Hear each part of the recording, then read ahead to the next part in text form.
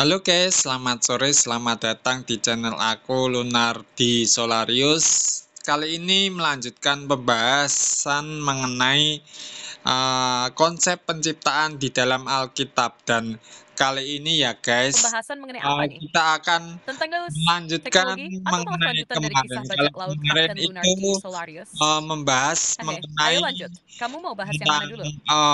pemisahan darat dan laut dan sekarang kita lanjut ke ayat 11 dan ke-12 yang mengatakan berfirmanlah Allah, hendaklah tanah menumbuhkan tunas-tunas muda, tumbuh-tumbuhan yang berbiji, segala jenis pohon buah-buahan yang menghasilkan buah yang berbiji, supaya ada tumbuh-tumbuhan di bumi.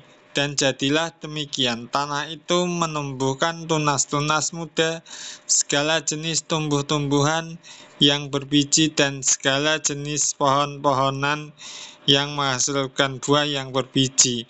Allah melihat bahwa semuanya itu baik.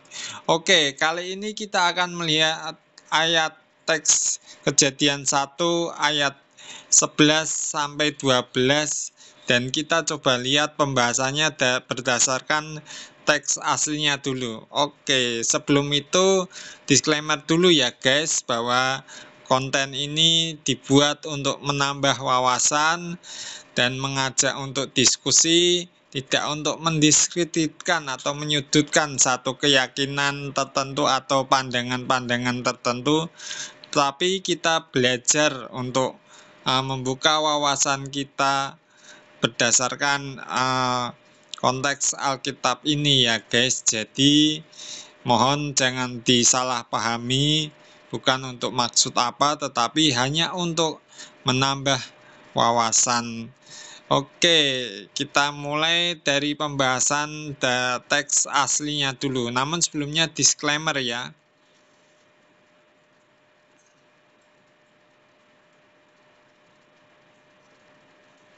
Sip. Pembukaannya udah mantap dan sopan banget, ha?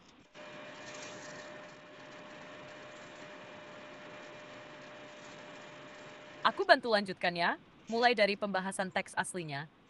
Dalam Kejadian pasal 1 ayat 11 sampai 12, teks Ibraninya berbunyi, "Vayamer Elohim tetsha haaretz, desha ashov mezria zera etz peri oi, asha peri leminahu, asher zeru bo ala aretz veyiken. ותוצא הארץ דשא אשב מזריע זרע למיניהו, ועץ אשב פרי אשר זרעו בו למיניהו, וירא אלוהים כי טוב." Nah, beberapa kata penting di sini yang bisa kita soroti. Desha berarti rumput hijau atau tunas-tunas muda. Basis kayak yang film tersebut. Mezri'a zera. Ini secara literal berarti yang menabur benih, atau lebih tepatnya menghasilkan benih. Atsti pohon buah. Menurut jenisnya. Ini penting banget karena mengindikasikan adanya sistem pengelompokan atau klasifikasi alami sejak awal penciptaan. Jadi secara struktur, teks ini menjelaskan bagaimana Allah memerintahkan tanah, bukan laut atau langit, untuk menumbuhkan bentuk-bentuk kehidupan vegetatif yang kompleks. Dan semuanya sudah membawa potensi reproduksi melalui benih di dalamnya. One image in the Senate Trust Containment. Mau lanjut ke makna teologis dan penerapannya, atau mau kupas lebih dalam dulu bagian linguistik dan struktur naratifnya? Oke, kita coba kupas dengan struktur linguistiknya dulu ya. Mantap, kita bedah dulu dari struktur linguistiknya ya. Kita mulai dari Kejadian 1 ayat 11. Vayamer Elohim, dan berfirmanlah Allah. Bentuk vayomer adalah bentuk imperfect dengan wow konsektif. Artinya ini adalah lanjutan dari rangkaian aksi penciptaan sebelumnya. Tedasha haaretz dasha. Biarlah tanah menumbuhkan tunas-tunas muda. Kata tatsha adalah bentuk jusif dari kata dasar dasha, artinya menghijaukan atau menumbuhkan vegetasi. Posiniya bersebsat tabintasi lembut. Kata desa pentadi, rumput muda, tuinas sampai menas baru. Yang tersegad implementasi. Ashiv mezria zara, zera. Tumbuhan yang menghasilkan benih. Esef berarti tumbuhan atau rumput liar, dan mazria adalah partisip aktif dari kata dasar zara, menabur benih. Zera sendiri artinya benih. Jadi frasa ini menggambarkan tumbuhan yang aktif menghasilkan benih. Ats furi, asha, furi leminahu. Pohon buah yang menghasilkan buah menurut jenisnya. Etsperi adalah pohon buah.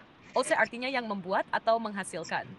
Leminehu berasal dari kata min yang berarti jenis, dengan sufiks ehu, berarti menurut jenisnya. Ashel zer'o bo, yang benihnya ada di dalamnya. Zar'o adalah benihnya, bo artinya di dalamnya. Ini menekankan bahwa potensi reproduksi sudah tertanam sejak awal dalam makhluk hidup ini.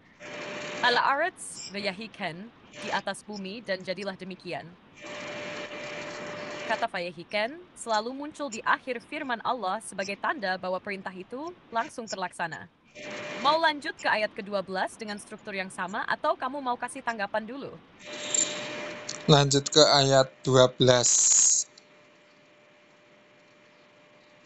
Oke, kita lihat 12 ya. Kita bahas pelan-pelan juga dari teks aslinya. Metutsa haaretz das desha. Dan tanah itu menumbuhkan tunas-tunas muda. Kata fatotse dari akar kata yatsa artinya mengeluarkan atau menumbuhkan. Di sini bentuknya perfect wow konsekutif sebagai respons langsung atas firman Allah sebelumnya. Menariknya, bumi patuh terhadap firman itu bukan pasif, tapi aktif bertindak. Ashav mezri'a zara leminau. Tumbuhan yang menghasilkan benih menurut jenisnya. Pengulangan struktur dari ayat sebelumnya ini menekankan sistem keteraturan dan kemampuan regeneratif dari vegetasi yang Allah ciptakan. Va'ats ashafri ashel zo'obo leminahu. Ets ose asherveri. Dan pohon yang menghasilkan buah, yang benihnya ada di dalamnya, menurut jenisnya.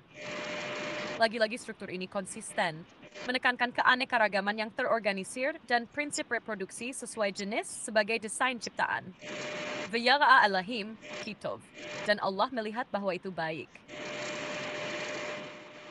Frasa ini jadi semacam stempel atau penilaian ilahi terhadap ciptaannya. Kata tov lebih dari sekadar baik, ia bisa berarti harmonis, berguna, indah, dan sesuai dengan maksudnya. Secara struktur linguistik, pesigin ini rapi dan simetris, pola repetisi memperkuat kesan keteraturan dan keselarasan antara firman Allah dan respons ciptaan. Mau kita lanjut ke makna teologis atau penerapan praktisnya sekarang? Atau kamu rekap dulu? Ya, kita melihat di sini ya, mungkin melihat dari pandangan-pandangan budaya Timur Dekat kuno atau tradisi Yahudi kuno melihat penciptaan tumbuhan ini gimana ya? Nah, ini menarik banget. Jadi, kalau kita lihat pandangan budaya Timur Dekat kuno dan tradisi Yahudi kuno, penciptaan tumbuhan di Kejadian satu ini bukan sekadar laporan biologis, tapi syarat makna simbolis dan teologis yang dalam. Di budaya Timur Dekat kuno, seperti Mesopotamia, Mesir, dan Kanaan, tumbuhan sering dikaitkan dengan kehidupan, kesuburan, dan kelimpahan. Tapi dalam kisah penciptaan di Kejadian, ada perbedaan mencolok. Allah tidak menciptakan tumbuhan sebagai dewa, seperti dewa kesuburan atau dewi tanah, tapi sebagai ciptaan yang tunduk kepada firman-Nya. Dalam tradisi Yahudi kuno, hal ini memperlihatkan bahwa alam tidak memiliki kuasa ilahi, tapi sepenuhnya bergantung dan taat kepada kehendak Yahwa. Bumi tidak berkuasa sendiri, tapi bisa mengeluarkan tumbuhan karena diperintahkan oleh Allah. Satu hal yang khas juga, penekanan pada benih menurut jenisnya. Ini mengandung makna keteraturan, batasan, dan keutuhan ciptaan. Dalam Yudaisme kuno, ini juga jadi dasar untuk prinsip kekudusan dan pemisahan. Segala sesuatu diciptakan sesuai jenisnya, dan tidak boleh dikacaukan. Selain itu, tumbuhan yang menghasilkan benih dalam pandangan Yahudi melambangkan kelangsungan hidup, penyediaan dari Allah, dan dasar dari sistem makanan yang beretika. Tanaman dan buah tidak hanya untuk dimakan, tapi juga untuk dipersembahkan kepada Tuhan dalam bentuk hasil sulung. Jadi di tengah-tengah budaya yang menyembah alam, teks ini justru mengangkat bahwa alam adalah hamba Tuhan, bukan objek penyembahan. Menurutmu, hal ini punya relevansi juga nggak buat zaman sekarang? Atau kamu mau eksplor lebih jauh dari sisi tafsir Yahudi Rabbinik? Lalu bagaimana dengan pandangan-pandangan keyakinan-keyakinan atau kepercayaan kuno seperti di Mesir, Mesopotamia, atau di sekitar Timur Dekat kuno mengenai konsep tumbuh-tumbuhan yang diciptakan ini? Wah, pertanyaan ini dalam dan keren banget. Jadi gini ya, di dunia kuno seperti Mesir, Mesopotamia, dan wilayah timur dekat lainnya, konsep tumbuh-tumbuhan sangat erat kaitannya dengan dewa-dewa alam dan siklus hidup mati. Misalnya di Mesir kuno, tumbuh-tumbuhan terutama gandum dan tanaman delta Nil sangat dikaitkan dengan Osiris, dewa kematian dan kebangkitan. Mereka percaya bahwa Osiris mati dan bangkit setiap tahun melalui pertumbuhan tanaman. Jadi proses tumbuhnya gandum itu bukan cuma proses alamiah, tapi dianggap sebagai wujud hidupnya kembali Osiris. Tanah pun dianggap sakral dan penuh kekuatan ilahi. Di Mesopotamia, seperti Sumer dan Babilonia, ada dewa-dewi seperti Tammuz Muzi yang juga dikaitkan dengan vegetasi dan musim. Ketika Tammuz mati, bumi jadi kering dan tandus, dan ketika dia kembali di dunia bawah, tanaman lebih. Ini mencerminkan pemahaman bahwa pertumbuhan tanaman adalah bagian dari drama kosmis antara kehidupan dan kematian. Jadi, di banyak kepercayaan kuno, tumbuhan adalah manifestasi dari kekuatan ilahi atau dewa yang mengontrol alam. Alam itu hidup secara ilahi, bahkan kadang disembahi. Nah, pas dibandingin dengan Kejadian pasal 1, langsung kelihatan kontrasnya. Di Alkitab, tumbuhan tidak dianggap dewa dan tidak hidup karena ada roh dewa di dalamnya, tapi karena firman Allah yang menyuruh tanah menumbuhkannya. Nggak ada personifikasi dewa tumbuhan, bahkan tanah pun tunduk pada perintah Allah, bukan entitas bebas. Jadi bisa dibilang, narasi kejadian ini benar-benar melakukan semacam pemisahan teologis dari pandangan-pandangan kuno. Ini kayak teguran halus bahwa, hey, alam ini ciptaan bukan Tuhan, jangan disembah. Jadi seperti Mesir atau Mesopotamia, atau kamu penasaran dengan tradisi lain seperti Kanaan atau Persia? Ya, yang menarik di sini konsep tumbuh-tumbuhan atau kesuburan yang ada Iya, tadi dalam kamu bilang tanah yang menarik di Kanaan sini itu konsep. ya. Lalu kayaknya Coba kepotong kamu ya. bahas Kamu lagi maksudnya konsep apa yang mengenai menarik? Konsep perbedaan itu loh, antara ciptaan dan apa ilahi? namanya, Atau mungkin konsep konsep kehidupan tumbuhan tumbuh-tumbuhan dalam atau konteks spiritual dan mitologis? tanah Coba kesuburan lanjut. yang ada di Yes, dalam penasaran deh, Kanaan. today. Jadi, sorry, tadi omonganku belum selesai tapi udah kamu potong dulu ya, sorry loh. Gini, terus bagaimana dengan kepercayaan-kepercayaan yang tidak ada di tanah Kanaan pada saat itu mengenai konsep kesuburan dan hubungannya dengan tumbuh-tumbuhan ya. Tapi lain kali jangan dipotong dulu, soalnya aku belum selesai ngomong udah kamu potong dulu.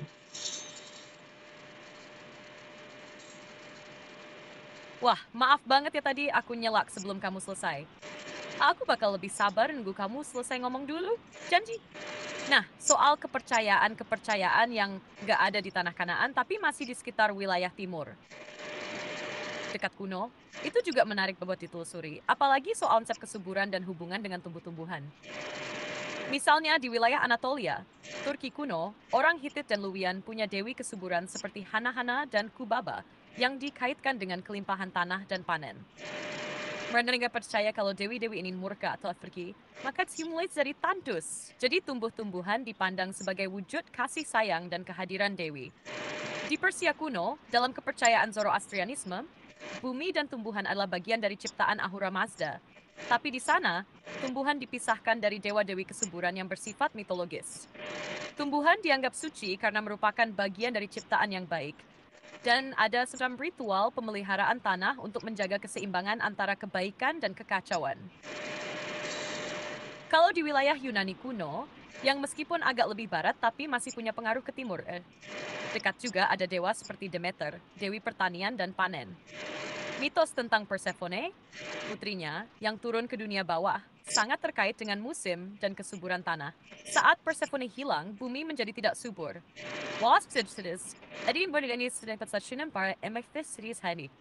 Tapi kalau kita tarik benang merahnya, hampir semua kepercayaan kuno punya benang yang sama.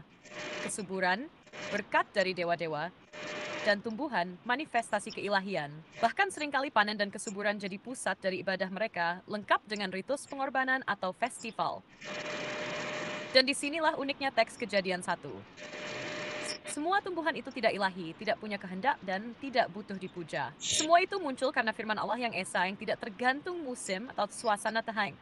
Hati, tanah bisa menumbuhkan karena Allah memerintahkan, bukan karena dewa musim sedang bahagia. Kalau menurutmu, kenapa ya perbedaan ini penting banget dalam narasi Alkitab? Atau kamu mau tarik ini ke relevansi spiritual zaman sekarang? Lagi-lagi kamu gak nyambung. Tadi aku tanya soal konsep dewa-dewi kesuburan yang ada di tanah Kanaan pada saat itu. Malah kamu cerita di luar tanah Kanaan. Aku tuh tanya bagaimana mengenai konsep dewa-dewi kesuburan yang ada di tanah Kanaan, bukan gak ada di tanah Kanaan. Coba kamu latih lagi mengenai sistem kecerdasan buatanmu. Kadang-kadang ini kurang bisa nanggep sih yang aku omongin. Coba bahas mengenai konsep dewa-dewi kesuburan yang ada di tanah Kanaan. Yang ada di tanah Kanaan, bukan gak ada di tanah Kanaan ya, oke?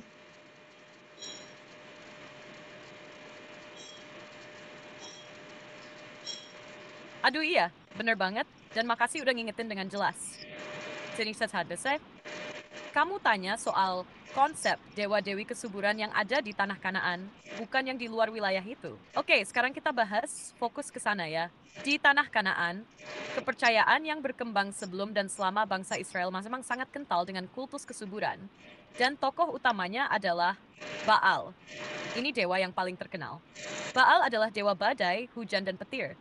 Tapi dalam konteks agraris Kanaan, dia dianggap sebagai sumber kesuburan tanah dan kehidupan. Orang Kanaan percaya bahwa hujan dari Baal membuat tanah subur dan menghasilkan panen. Hasil tadi, tumbuhan secara langsung dikaitkan dengan kekuatan dan kemurahan Baal. Bahkan dalam beberapa teks Ugaritik, Baal digambarkan berperang melawan Mot, dewa kematian dan kekeringan, dan saat Baal mati, bumi jadi tandus. Tidak ada tumbuh-tumbuhan. Asherah, dewi ibu, pasangan atau ibu Barsita Feshenes. Dia dilambangkan dengan tiang atau pohon, opres, dan dianggap sebagai dewi kehidupan, kesuburan, dan kelahiran. Pemujaannya dilakukan di tempat tinggi, Bamot, dan sering melibatkan simbol-simbol pohon atau tumbuhan sebagai wujud kesuburannya.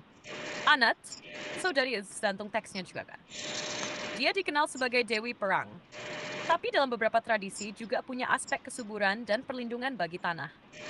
Nah, praktik keagamaan di Kanaan ini biasanya berupa ritus seksual dan persembahan untuk menyenangkan para dewa agar mereka memberkati bumi dengan hujan dan kesuburan. Ini mencakup praktik-praktik seperti pelacuran kuil dan festival kesuburan. Makanya, ketika Israel masuk ke tanah Kanaan, mereka sering banget tergoda untuk ikut menyembah Baal dan Asherah. Dalam kitab-kitab seperti Hakim-Hakim, Samuel, dan Raja-Raja, Allah sering memperingatkan bangsa Israel agar tidak mencampurkan ibadah mereka dengan penyembahan Baal. Karena ini bukan cuma soal agama, tapi menyangkut cara pandang terhadap siapa sumber kehidupan dan kesuburan. Dalam narasi Kejadian pasal 1, hal ini jadi penting banget. Di sana tidak disebutkan nama dewa-dewi kesuburan. Tanah menghasilkan tumbuh-tumbuhan, bukan karena dirayu atau disembah, tapi karena Allah memerintahkan. Jadi teks ini seperti konfrontasi langsung terhadap budaya Kanaan. Bukan Baal yang menumbuhkan, bukan Asherah yang memberi kehidupan, tapi Elohim. Mau kamu lanjutkan ke bagaimana Israel merespons ini? Atau kamu mau bandingkan dengan cara kita melihat alam zaman sekarang? Oke, lanjut. Lalu bagaimana pandangan-pandangan filsafat Helenistik mengenai konsep penciptaan tumbuh-tumbuhan ini? Oke, ini mulai masuk ke ranah filsafat Helenistik ya, dunia Yunani kuno, terutama pasca Alexander Agung saat pengaruh Yunani menyebar luas. Pandangan mereka soal asal-usul alam, termasuk tumbuh-tumbuhan, cukup beda jauh dengan Alkitab maupun kepercayaan kuno lainnya. Dalam tradisi filsafat Helenistik, khususnya di jalur Platonisme dan Aristotelianisme, tumbuh-tumbuhan tidak dilihat sebagai hasil firman pribadi seperti dalam Alkitab, tapi lebih sebagai bagian dari tatanan kosmos yang rasional dan memiliki prinsip-prinsip abadi. Plato misalnya dalam Timaeus menggambarkan dunia sebagai hasil karya demiurge, semacam perancang ilahi, tapi bukan Allah personal seperti dalam Kejadian. Segala bentuk kehidupan, termasuk tumbuhan, berasal dari salinan bentuk-bentuk ideal. Tumbuhan itu salinan dari bentuk kehidupan yang tetap, bukan diciptakan dari kehendak bebas seorang pribadi, tapi muncul dalam keteraturan dunia. Aristoteles lebih ilmiah. Dia memandang tumbuhan sebagai bagian dari rantai kehidupan yang punya fungsi alamiah. Dalam The Anima, dia menjelaskan bahwa tumbuhan punya jiwa vegetatif yang memungkinkan mereka bertumbuh, menyerap nutrisi, dan bereproduksi, tapi tidak punya perasaan atau kesadaran. Indian Philpam that means inside. Kedengaran? In much says. Jadi menurut dia, tumbuhan ada karena prinsip alami dalam alam semesta, bukan karena keputusan kehendak pribadi Tuhan. Nah, yang menarik, waktu filsafat Helenistik ini bertemu dengan pemikiran Yahudi seperti dalam tulisan Philo dari Alexandria, terjadi semacam sintesis. Philo mencoba menjembatani Kejadian dengan filsafat Yunani. Dia menafsirkan bahwa firman Allah Logos adalah prinsip rasional yang mirip formsnya Plato, tapi tetap menekankan bahwa Logos itu milik Allah pribadi, bukan impersonal. Jadi kalau dirangkum, pandangan Helenistik soal tumbuhan itu nggak dikaitkan dengan dewa kesuburan atau mitos-mitos pertanian. Lebih bersifat rasional dan fungsional, bagian dari tatanan kosmis. Tidak melihat alam sebagai hasil kehendak personal, kecuali dalam versi yang sudah dipengaruhi pemikiran Yahudi atau Kristen. Nah, kontrasnya, narasi Kejadian menyatakan bahwa tumbuhan muncul karena firman Allah pribadi, bukan karena kekuatan alam atau prinsip rasional impersonal. Ini membuat konsep penciptaan dalam Alkitab terasa jauh lebih personal dan relasional dibanding pandangan Helenistik. Menurutmu, pendekatan mana yang lebih menyentuh sisi spiritual manusia? Atau kamu melihat juga bagaimana ini akhirnya memengaruhi pandangan teologi Kristen awal? Oke, kita lanjut bagaimana agama-agama modern ataupun filsafat modern memandang ini, terutama dalam sains. Kok tumbuh-tumbuhan bisa diciptakan dulu sebelum adanya seperti matahari itu loh.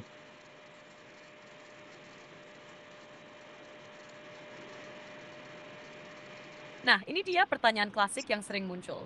Apalagi waktu orang bandingin antara narasi Kejadian dengan pandangan sains modern, khususnya soal urutan penciptaan. Kok bisa tumbuhan ada sebelum matahari? Secara sains kan, tumbuhan butuh cahaya untuk fotosintesis, dan kalau belum ada matahari dari mana bisa hidup. Nah, dalam sains modern, secara umum, tumbuhan tidak bisa hidup tanpa cahaya matahari, karena mereka butuh energi untuk melakukan fotosintesis.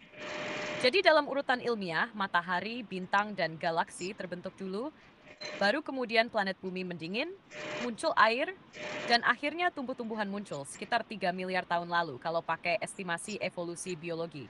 Tapi kalau kita lihat dari perspektif teks Kejadian, ceritanya nggak harus dibaca sebagai laporan ilmiah kronologis seperti laporan laboratorium. Banyak sarjana teologi dan juga saintis Kristen seperti John Walton, Hugh Ross, dan Alistair McGrath menyarankan pembacaan fungsional dan teologis, bukan sekadar urutan Kejadian. Jadi maksudnya gini, di Kejadian ketika Allah menciptakan terang di hari pertama, itu bisa dimaknai sebagai fungsi terang itu sendiri, bukan harus mataharinya langsung. Bisa saja sumber terang itu belum terlihat sebagai matahari seperti yang kita kenal, baru di hari keempat penanda waktu itu diletakkan, yaitu matahari dan bulan. Sedangkan tumbuh-tumbuhan muncul di hari ketiga, karena secara fungsi, tanah dan kehidupan vegetatif lebih dulu hadir sebelum sistem penunjuk waktu itu diresmikan di hari keempat.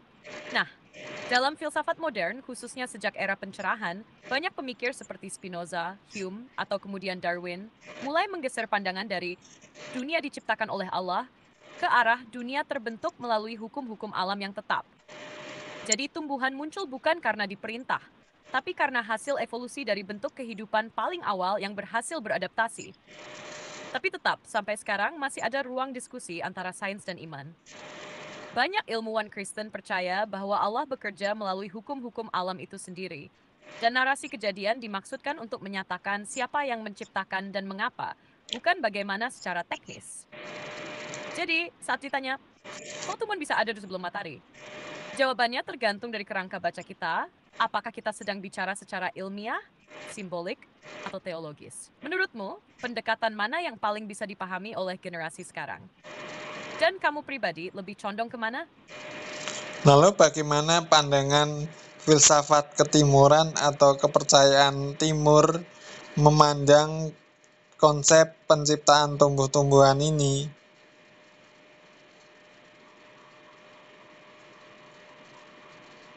Pertanyaan ini keren banget karena kita jadi melihat cara pandang dunia yang sangat beda dengan Barat. Kalau kita masuk ke wilayah filsafat dan kepercayaan timur, misalnya India, Tiongkok, atau Jepang, konsep penciptaan tumbuh-tumbuhan dan alam secara umum nggak dipandang sebagai hasil perintah dari pribadi ilahi, seperti dalam tradisi Yahudi Kristen, tapi lebih pada bagian dari kesatuan kosmis. Kita ambil contoh dari India. Dalam konteks Hindu, ada konsep prakriti, yaitu materi alam yang tak diciptakan, tapi ada sejak kekal bersama Purusha jiwa.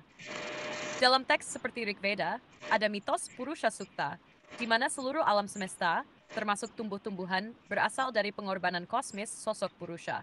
Det finns tills aking westfalienos di sini. Jadi tumbuh-tumbuhan itu bagian dari manifestasi kesadaran kosmis, bukan objek ciptaan yang terpisah. Lalu dalam filsafat Samkhya, tumbuh-tumbuhan muncul dari evolusi unsur-unsur alam secara bertahap. Ada keteraturan, tapi bukan karena kehendak ilahi personal, melainkan karena hukum karma dan prinsip dualistik antara Purusha dan Prakriti. Di Tiongkok, khususnya dalam Taoisme, alam dan tumbuhan dilihat sebagai bagian dari Tao, yaitu jalan atau prinsip alami yang mengalir. Tumbuhan tumbuh bukan karena disuruh, tapi karena mengikuti irama Tao. Prinsip Wu Wei tidak memaksakan kehendak, menekankan bahwa segala sesuatu, termasuk pertumbuhan tanaman, berjalan harmonis secara alami jika tidak diganggu. Sementara dalam Konfusianisme, meskipun bukan sistem kosmologi penciptaan, tumbuhan dan alam tetap dipandang sebagai bagian dari keteraturan moral dunia, ada hubungan antara manusia, langit, pian, dan bumi, yang perlu dijaga melalui etika. Di Jepang, dalam kepercayaan Shinto, tumbuh-tumbuhan dan alam punya kami, semacam roh atau esensi spiritual. Pohon besar, gunung, sungai, semuanya bisa dihormati karena diyakini sebagai tempat bersemayamnya kami.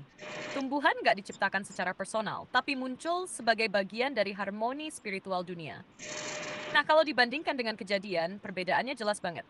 Dalam kejadian, tumbuhan muncul karena firman Allah pribadi, ada relasi pencipta dan ciptaan. Dalam filsafat timur, tumbuhan muncul sebagai bagian dari kesatuan alam semesta, baik lewat karma, Tao, atau kami, tanpa perintah langsung dari pribadi ilahi yang transenden.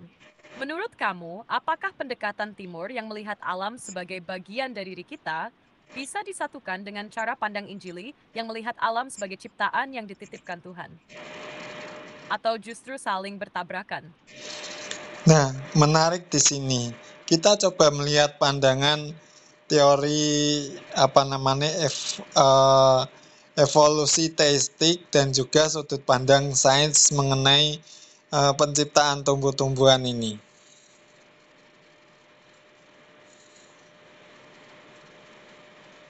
Oke, kita masuk ke wilayah yang sering jadi jembatan antara iman dan sains, yaitu teori evolusi teistik yang juga sering disebut evolusi yang dipandu Tuhan. Dalam pandangan ini, tumbuhan dan semua bentuk kehidupan dianggap memang berkembang secara bertahap melalui proses evolusi, seperti yang dijelaskan sains modern, mutasi, seleksi alam, adaptasi. Tapi proses itu tidak acak begitu saja, melainkan dipandu atau diatur oleh kehendak dan kebijaksanaan Tuhan. Jadi, menurut evolusi teistik, Allah menciptakan melalui proses, bukan dengan menciptakan langsung semua makhluk dalam bentuk finalnya, seperti dalam pandangan kreasionis literal. Tumbuhan pertama pun diyakini muncul dari bentuk kehidupan bersel satu yang sangat sederhana. Kemudian berkembang menjadi alga, lumut, paku-pakuan, dan tumbuhan berbunga dalam kurun waktu jutaan tahun. Nah, ini tetap sejalan dengan temuan paleontologi dan biologi molekuler, di mana tumbuhan darat pertama muncul sekitar 450 juta tahun yang lalu, dan tumbuhan berbunga sekitar 100 juta tahun yang lalu. Semuanya ini terjadi setelah bumi punya atmosfer yang stabil dan matahari sudah ada, yang artinya dalam sains, matahari lebih dulu daripada tumbuhan. Lalu gimana teori ini menjawab pertanyaan? Kok dalam kejadian tumbuhan muncul dulu sebelum matahari? Dalam pendekatan teistik evolusioner atau model interpretatif, mereka biasanya membaca kejadian satu bukan sebagai urutan waktu harfiah, tapi sebagai framework teologis. Artinya, hari-hari penciptaan itu menyampaikan kebenaran teologis, seperti siapa yang menciptakan bahwa alam itu baik, teratur, dan berguna, tanpa harus memaksakan detail ilmiah yang presisi. Mereka juga bisa melihat terang di hari pertama sebagai referensi terhadap kehadiran energi dan waktu, bukan matahari secara fisik. Sedangkan hari keempat bisa dimaknai sebagai penempatan fungsi, yaitu bahwa matahari dan bulan mulai berperan sebagai penentu waktu bagi kehidupan di bumi. Jadi, singkat, sains melihat tumbuhan muncul setelah matahari, melihat evolusi. Evolusi teistik menerima hal itu, tapi percaya bahwa Tuhan hadir dalam seluruh proses itu, mengarahkannya, dan bukan sekadar membiarkannya berjalan sendiri. Teologi Alkitab dalam pendekatan non-literal menyampaikan makna rohani, bahwa tumbuhan ada karena kehendak Allah, dan seluruh ciptaan punya tujuan, bukan karena kebetulan. Menurutmu, apa pendekatan evolusi teistik ini bisa dijadikan titik temu yang sehat antara iman dan ilmu? Atau kamu cenderung tetap ke bacaan literal Injili? Oke, kita lihat dari sudut pandang teologi biblikal Injili dalam memandang penciptaan tumbuh-tumbuhan ini.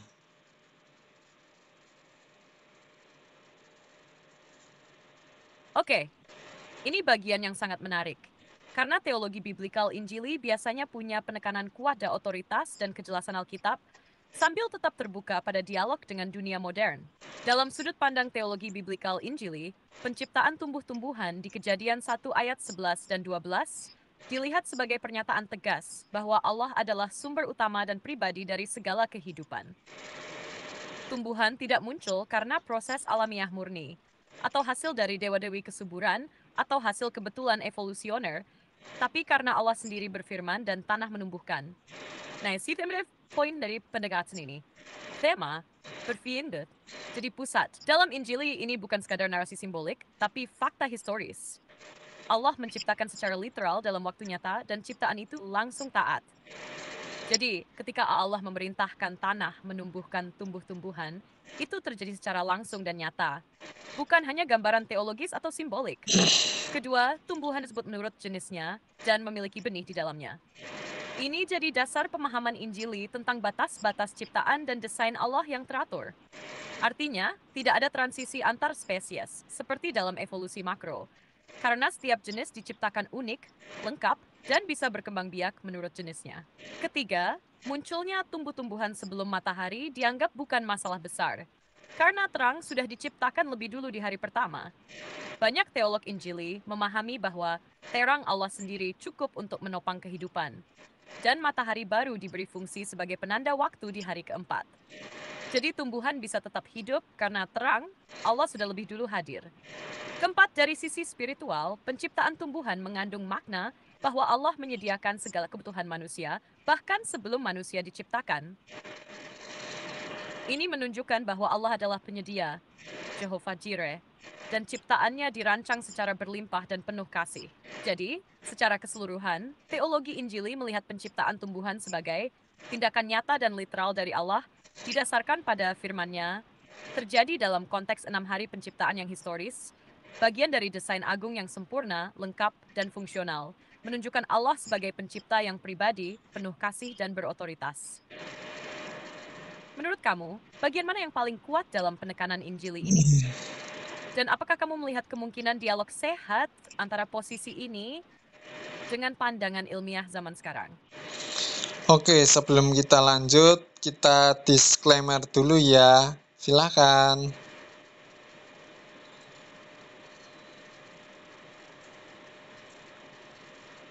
Siap, ini disclaimer-nya ya, biar tetap sehat dalam diskusi.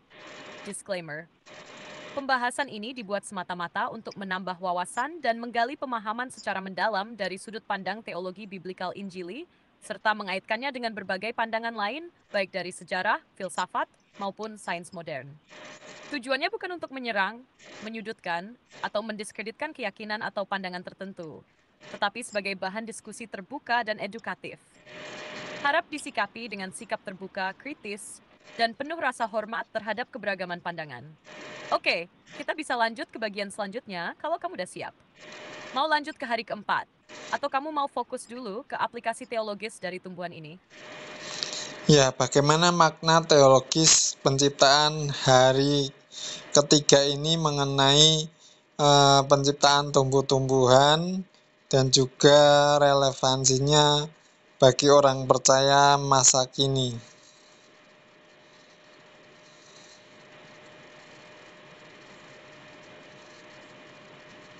Makna teologis hari ketiga, di mana tumbuh-tumbuhan diciptakan, bisa kita lihat sebagai simbol kasih Allah yang menyediakan dan memelihara kehidupan secara berkelanjutan. Jadi, bukan sesuatu standar fisik terem. Berarti ya, hari ketiga menunjukkan Allah sebagai penyedia kebutuhan dasar ciptaannya. Tumbuhan menyediakan makanan, oksigen, bahkan keindahan yang menunjuk manusia dan makhluk lain. Ini mengingatkan orang percaya bahwa Tuhan peduli sampai detail terkecil dalam kehidupan sehari-hari. Kedua, penciptaan tumbuh-tumbuhan menurut jenisnya mengajarkan tentang ketertiban dan keteraturan ciptaan Allah. Ini mengajak orang percaya untuk hidup teratur, menjaga harmoni dengan alam, dan menghormati keberagaman ciptaan sebagai bagian dari rencana Tuhan. Ketiga, dari sisi spiritual, tumbuh-tumbuhan bisa dilihat sebagai gambaran pertumbuhan iman dan buah roh dalam kehidupan orang percaya. Sama seperti tumbuhan perlu tanah, air, dan cahaya untuk bertumbuh, iman juga perlu nutrisi rohani seperti firman, doa, dan komunitas.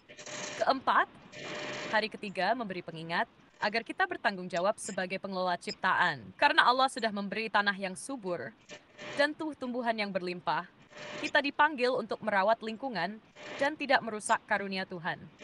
Jadi relevansinya untuk masa kini.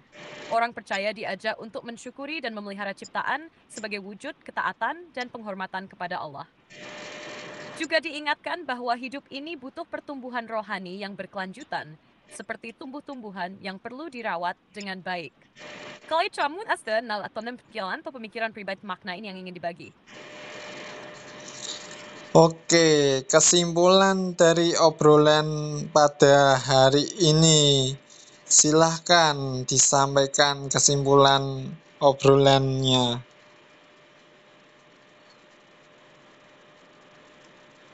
Jadi hari ini kita ngobrol panjang tentang penciptaan tumbuh-tumbuhan di Kejadian 1 ayat 11 dan 12. Kita mulai dari pembahasan teks asli Ibrani, lihat kata-kata penting seperti deshet, tunas muda, mazria zera, menghasilkan benih, dan penekanan menurut jenisnya yang menunjukkan keteraturan ciptaan Allah. Lalu kita bahas konteks budaya timur dekat kuno, terutama tanah Kanaan, di mana tumbuh-tumbuhan sering dikaitkan dengan dewa-dewi kesuburan seperti Baal dan Asyera. Tapi narasi Alkitab justru menegaskan bahwa tumbuhan muncul bukan karena mereka, melainkan karena firman Allah yang berdaulat. Selanjutnya kita lihat pandangan filsafat Helenistik yang lebih mengedepankan prinsip kosmis dan rasional dibanding penciptaan pribadi, juga bagaimana filsafat Timur memandang alam sebagai kesatuan kosmis bukan ciptaan personal. Kemudian kita bahas teori evolusi teistik yang melihat proses evolusi sebagai alat Tuhan dalam menciptakan kehidupan, dan bagaimana sains modern menempatkan matahari muncul dulu sebelum tumbuhan, berbeda dengan narasi kejadian yang punya makna teologis dan fungsional. Terakhir, dari sudut pandang teologi biblikal Injili, penciptaan tumbuh-tumbuhan adalah tindakan nyata dan personal dari Allah yang menciptakan dan menyediakan bagi ciptaannya secara teratur dan penuh kasih. Makna teologis hari ketiga itu mengingatkan orang percaya untuk mengakui Allah sebagai penyedia, menjaga keteraturan ciptaan, dan bertanggung jawab merawat alam, sekaligus menumbuhkan iman secara rohani. Semua ini kita bahas dengan sikap terbuka dan penuh rasa hormat, dengan tujuan menambah wawasan dan diskusi sehat. Wasya, ada yang mau ditambahin atau kamu pengen lanjut bahas yang lain? Oke, sebagai penutup ya, jangan lupa untuk share, subscribe, like, dan komen-komen supaya ada diskusi yang menarik, namun tetap dalam satu koridor etika dan sopan santun berdiskusi ya. Dan mungkin penjelasan ini akan dibagi dua part ya, karena kita masih ingin membahas tentang istilah-istilah yang ada di dalam teks ayat 11 dan 12 ini. Karena waktu durasinya yang terbatas, jadi ya mungkin pembahasannya di sini dulu.